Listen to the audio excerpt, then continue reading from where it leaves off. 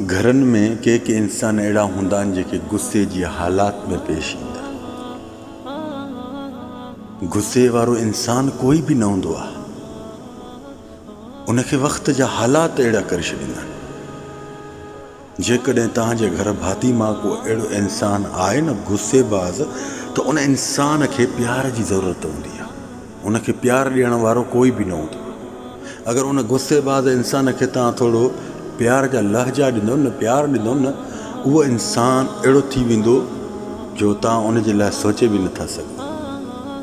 तव्हां हमेशह गुस्से वारे इंसान खे ग़लति नज़र सां ई ॾिठो आहे, ऐं गुस्से वारो इंसान कुझु वक़्त जे लाइ गुस्सो ॾेखारींदो, उनखां बाद में उन इंसान खे जेको पछताउ थींदो आहे न, अलाह तो ॾिसे जो इंसान उहो चवंदा त मां इहे छाजे लाइ क़दम थो खणां। उनखे पाण खे बि हया थींदो आहे, शर्म थी। ऐं इहो इंसान जेकॾहिं तव्हांजे आॾो गुस्से में पेश थो थिए न, इहो इंसान यकीन कयो न तव्हांजे आॾो गुस्सो बाक़ाइदे ॾेखारींदो, पर उन इंसान जे थोरे अंदर मां केरु जाती पाए ॾिसे न त ख़ुदा जो कसम अंदरों वॾो फाटल हूंदो आहे। गुस्सेबाज़ इंसान ई ॼाणी वाणी गुस्सा न कंदो आहे। इहे हिकु वॾा ज़माने जा लहजा, हिननि जा रवैया, हुननि जी ॻाल्हियूं, बेरोज़गारी, रोज़ी में बरकत न, हुननि जे बसि मसइलनि जे करे उहो इंसान आख़िर पंहिंजे पीरी प्यारनि ते ई गुस्सो कढंदो आहे। पोइ उन इंसान खे तव्हां घणो ग़लति करार ॾींदा आहियो त हर वक़्तु घर में हीअं हूअं हीअं। ॾिसो न, उनखे सिर्फ़ु प्यार जी ज़रूरत आहे। हिकिड़ो सम्झ वारो इंसान हुजे न, इंसान ॾिस न, अलाह जे रसूल खां अलावा जेको बि इंसान आहे उहो हिकु करो न हूंदो आहे। अलाह जे रसूल खां अलावा जेको बि इंसान आहे न, उहो हिकु करो न हूंदो आहे। मां ॾिसो न, हिकिड़ी इन ॻाल्हि करण जो छा सबबु आहे, कॾहिं इंसान कीअं त कॾहिं कीअं, कॾहिं कीअं त कॾहिं कीअं।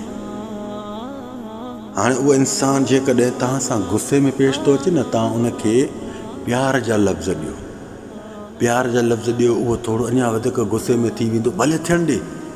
पोइ उहे जेके प्यार जा लफ़्ज़ न, उनखे तन्हाई में एतिरो सबक़ु सेखारींदा आहिनि, एतिरो सबक़ु सेखारींदा आहिनि जो अलाह तो ॾिसे मां ग़लति ॻाल्हि नथो कयां।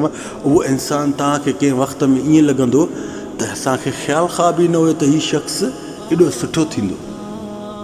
तव्हां किने खे अञा किनो कंदा वेंदा आहियो। तव्हां किने खे त थोरो सम्झो न, हिकिड़ो इंसान कंहिंखे सम्झी नथो सघे, हिकिड़ो वरी कंहिंखे सही ॿुधी नथो सघे।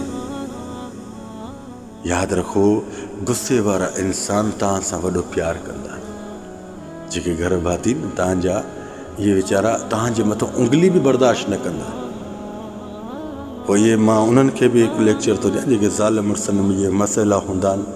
पोइ के औरतूं अहिड़ियूं हूंदियूं आहिनि, जा के अहिड़ा मर्द हूंदा आहिनि, उन्हनि जे रवैयनि खे ॾिसी पाण खे घणी तकलीफ़ में विझंदा आहिनि। गुस्सो करण वारो इंसान हमेशह माना तव्हांखे ख़राबु नज़र ईंदो आहे। वरी जेकॾहिं उनखे प्यार जी नज़र ऐं प्यार जी मार ॾींदो न, त उहो इंसान अहिड़ो थी वेंदो जंहिंजे लाइ तव्हां माना सोच में बि न रखियो हूंदो त हीउ शख़्स ईअं थींदो। अलाह तव्हांखे सम्झ ॾींदो। जज़ाकल्लाह ख़ैर, मां अस्सलाम।